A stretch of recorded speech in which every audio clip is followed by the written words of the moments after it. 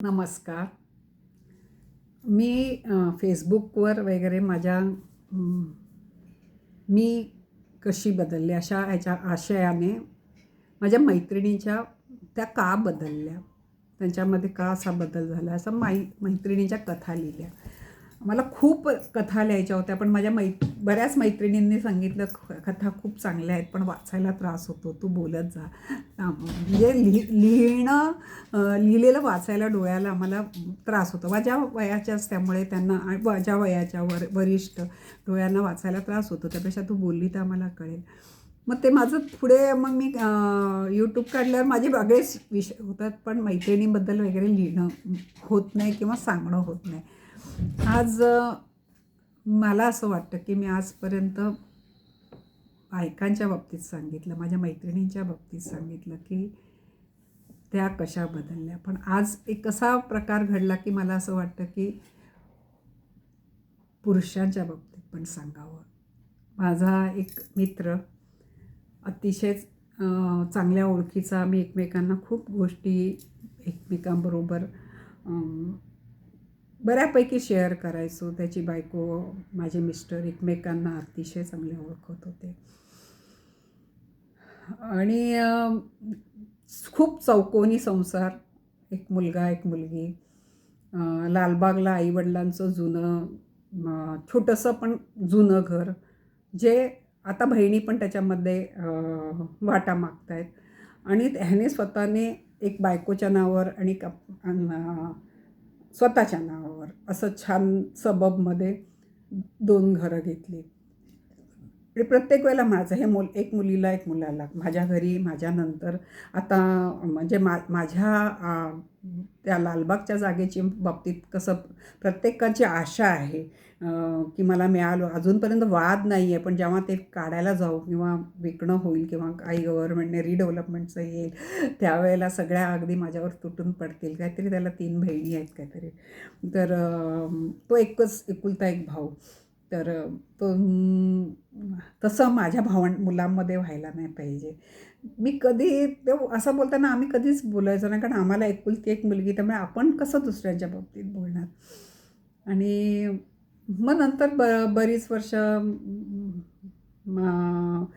आमची कधी फक्त फोनावर बोलणं वगैरे असं व्हायचं.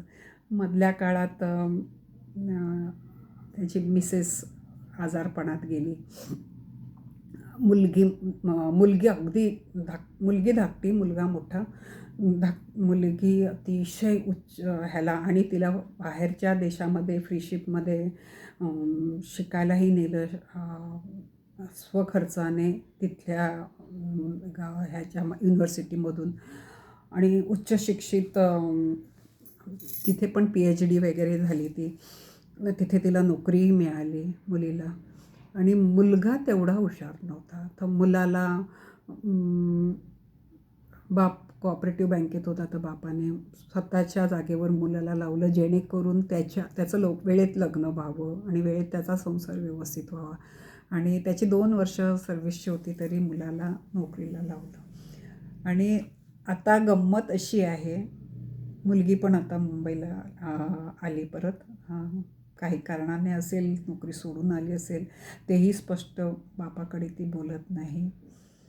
मुलगा माझ्या नावावर घेतलेलं माझ्यासाठी म्हणून एक घर, मला एक घर, तिला म्हणून मोठं घर होतं. त्या घरामध्ये मुलगा राहतो. त्याचं लग्न झालं का, त्यात चांगली कोऑपरेटिव्ह बँकेमध्ये नोकरी आहे म्हणून त्याचं लग्न झालं. म्हणजे बापाची नोकरी मिळाली, बापाची जागा मिळाली. पण बापाने ती जागा माझ्या नावावर, त्या बापाला तो म्हणतो, माझ्या नावावर जोपर्यंत ती जागा करून देत नाही, तुला नातवाचं तोंड मी दाखवणार नाही, म्हणजे मी चान्सच घेणार नाही. असा मुलगा बापाला बोलू शकतो, ह्याचं मला. आणि चांगल्या घरातली, असं सुशिक्षित चांगल्या घरातले मुलं, मग आपण हे शिक्षण देऊन काय मिळवलं असं मला कधी कधी वाटतं. मुलगी आता PhD वगैरे झालेली मुलगी लग्नाला आलेली आहे. आताच्या मुलींना 28-30 म्हटल्यावर काय लग्नाचं अजून लहान असल्यासारखं वाटतं. आम्हाला 21व्या वर्षीच, आणि काहीच अपेक्षाही अशा नसायच्या. आईवडील बघतात ते चांगलंच बघतात अशी अपेक्षा असायची. आताची ह्यांची शिक्षणामुळे म्हणा, स्वतः कमवते असल्यामुळे म्हणा, कॉम्पॅटिबिलिटी आणि काय काय म्हणजे अशी एखादी मशीन बनवावीशी वाटायला लागली. एवढीच उंची असलेला, एवढं शिक्षण असलेला, एवढं पगार असलेला, एवढा अशा रंगात असं घालून बनवून मुलगा मिळायला पाहिजे अशा पद्धतीच्या 100 अटी असतात. कुठेही कॉम्प्रोमाइज करायला बऱ्यापैकी तयार नसतात. अशा मी खूप जणांचं बघितलं आहे. ज्यांचं होतं त्यांचं ठीकच आहे, व्हावं, राहावं, संसार टिकणं खूप गरजेचं आहे. मुलीला लग्नाबद्दल बोलली तर तो विषय काय अजून कुठे आहे माझं जर आता मी आली आहे तर भारतात मला सेटल होऊन दे, मग पुढचा विचार करूया असं मुलगी म्हणते. आणि दुसऱ्या घरामध्ये जिथे माझा मित्र राहत होता ते मला माझी प्रायव्हसी हवी म्हणून तुम्ही जाऊन तुमच्या लालबागच्या घरात राहा असं म्हणून सांगितलं. त्या लालबागच्या घराचं भाडं पण मिळत होतं, तर तेही बंद झालं. त्याला काही थोडी पेन्शन मिळते, बायकोच्या काय असेल नसेल माहीत नाही. तो लालबागच्या घरात एकटा राहतो जिथे संडास बाथरूम बाहेर आहे आणि जे सगळी फॅसिलिटी असलेलं घरं आहेत. 2 मुलं मस्त शिकलेली एक मुलगी तर उच्च शिक्षित आहे. दोघांनी 2 घरं बळकावून बसलेले आहेत. आणि मग तो कधीतरी फोन करतो, बोलतो असं होतं. 2-4 महिन्यापूर्वी मी त्याला असाच फोन केला. मला काय माहिती त्याची काय परिस्थिती आहे, काय कसं आहे. तर पहिला मी फोन केला त्याला, त्याने फोन उचलला नाही. नंतर त्याने मिस कॉल बघून लावला आणि त्याला तो बोलायला लागतानाच कोणाचा तरी आवाज आला. कोण आहे, कोणाशी बोलताय असं बोलल्यात ह्याने मला उत्तर न देता फोन बंद केला. म्हणजे माझ्या लक्षात आलं की कोणतरी आजूबाजूला आहे. एक तर मुलगी असेल किंवा सून असेल. आवाज बाईचा होता. म्हणजे फोन करून बोलायचीही त्याच्यावर चोरी आहे. तो कुठे होता वगैरे मला कळलं नाही. आणि परवा 2 दिवसापूर्वी मला तो गेल्याचं कळलं. त्याच्या मनातल्या काही गोष्टी त्याला मला बोलायच्या असतील, सांगायच्याही असतील. आपण किती स्वप्न बघतो की आणि त्याने सगळं केलं होतं मुलांसाठी. एक मुलाला घर, मुलीला घर, स्वतःचं ते लालबागचं घर त्याचं जर का छान डेव्हलप वगैरे झालं असतं, बहिणींना वाटा वगैरे देऊन काय त्याला राहिलं असतं मला माहीत नाही. आणि सगळ्यात वाईट म्हणजे काय झालं, म्हणजे मी आज बोलायचं कारण हे की सगळ्यात शेवटचा आणि 3 मुलीवर झालेला म्हणून जाम लाडाने वाढलेला, इथली हे तिथे ठेवायचं माहीत नाही. आलं की तो नेहमी सांगतो की मी खूप लाडाने, आणि बायकोही तशीच मिळाली की सगळं अगदी तयार एकदम आणि त्यामुळे हा पुरुषही तो ऐदी झाला. ऑफिसमधून आला की बस त्याचं काम तेवढंच, ऑफिसमध्ये जायचं, ऑफिसमधून घरी यायचं, बाकी काय नाही. आणि मी तर सगळे प्रोव्हाइड केले मुलांसाठी, मी काय कमी केलेलं आहे. आणि मग नंतर जेव्हा बायको गेली त्यावेळेला ना मुलाच्याकडे सून ना मुलीबरोबर राहताना मुली, कोणीही त्याला तुला काय हवं आहे का, जागेवर देऊ का, नाही, कोणीच नाही दिलं. आणि ह्याला स्वतःला मधल्या काळामध्ये एकटं राहताना सुद्धा कधीही चहा करून पिता म्हणजे करताच येत नाही. मला करता येत नाही. मी त्यांना माझा आणि त्याचा वाद ह्याच्यावरच व्हायचा.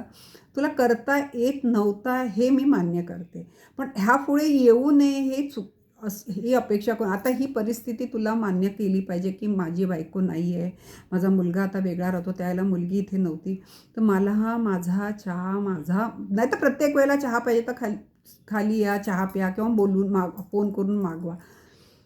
प्रत्येकवर डिपेंडंट राहणं हे कितपत, चहा कॉफीसारख्या गोष्टी तरी तुला यायलाच पाहिजे हे माझं म्हणणं होतं. तर माझा आजचा विषय सांगायची हीच गोष्ट हे होती की आपल्याला वाटतं पण आपण खूप लाडाने किंवा कधीकधी पुरुष खूप अरेरावेपणाने सुरुवातपासून मी घरातलं काही करणार नाही, मला काही मी नोकरीला जातो आहे आणि मी कमवून आणतो आहे, म्हणजे मी काहीच करणार नाही, असे बऱ्याच ठिकाणी करतात.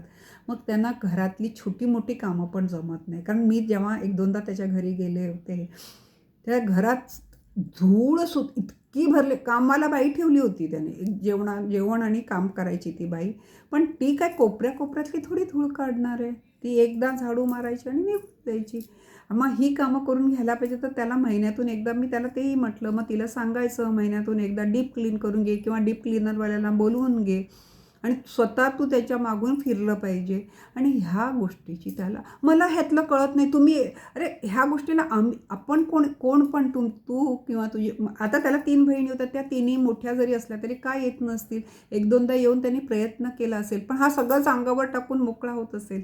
तर मला असं मला ऐकणाऱ्या प्रत्येक स्त्रीने आणि मला ऐकणाऱ्या प्रत्येक पुरुषांनी विचार करा, आपल्याला स्वावलंबी व्हायचं आहे. आपण मुलांना खूप लिबर्टी दिलेली आहे, त्यांचा निर्णय घ्यायला त्यांना सक्षम केलेलं आहे. त्यामुळे आपली मुलं आपलं ऐकणार नाहीत आणि आपल्याप्रमाणे त्यांना त्यांचं स्वातंत्र्य हवे हे ते ठामपणे सांगतात, पण आपल्या आईवडिलांना पण त्यांचं स्वातंत्र्य हवं आहे हे ते मान्य करत नाही. तसं असतं तर त्याने फोन करताना घाबरून फोन ठेवला नसता.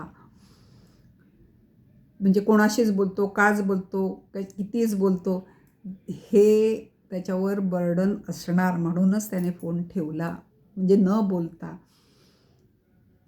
तर हे मला खूप वाईट वाटलं आणि मला हे जाऊन भेटून, आता तो गेला म्हणून त्याच्या मुलांना भेटून तरी काय फायदा आहे, कारण त्यांच्याबरोबर कधीच माझा ओलावा नव्हता. माझा जो काय हे होतं, त्यांच्या मिस्टर आणि मिसेस, म्हणजे माझ्या मित्राबरोबर आणि त्याच्या बायको तर पहिलीच गेली होती. पण बाईला पुरुषांच्या मागे अक्षरशः पोटुशी असेल, गर्भार असेल, तर त्या बाळालासुद्धा मोठं करायची ताकद स्त्रीला देवाने दिलेली आहे, पण पुरुषाला नाही आहे. आणि त्यातल्या त्यात घरातल्या गोष्टी त्याला कळतच नाही. तर आतापासून पुरुषांनी थोड्याफार तरी घरातल्या गोष्टी, घर स्वच्छ करणं, साफ करणं, थोडासा डस्टिंग करणं किंवा डस्टिंग करून घेणं, या गोष्टी शिका. तरच तुम्हाला तुमचं निवृत्तीनंतरचं काळ नीट काढता येईल. नाहीतर निवृत्तीनंतर आणि पत्नी गेल्यानंतर, पत्नी कशी का असेना एवढ्या वर्षाची सवय असते, रागवून भांडून काहीतरी करणार, पण मुलं रागवणार पण नाही, भांडणार पण नाही, फक्त टेचात बोलणार. तर पटलं तर बघा, स्वतःला थोडंसं आतापासून तयार करा, स्वावलंबी बना. प्रत्येक गोष्ट मुलीकडून मागेल ती देईल अशी अपेक्षा करू नका. त्याचं घर, त्याचा सगळा पैसा असून तो सुखात मेला नाही, याचं मला खूप दुःख होतं. आज पहिल्यांदा मी एका पुरुषाच्या भावना, मला बऱ्याच मांडायच्या आहेत, पण नकोच. पण त्याने माझ्याकडे बऱ्याचदा गोष्टी सांगितल्या होत्या, पण आता बघू, कधीतरी वेळ मिळाला तर सांगेन. तुम्ही माझं ऐकता याबद्दल खूप धन्यवाद.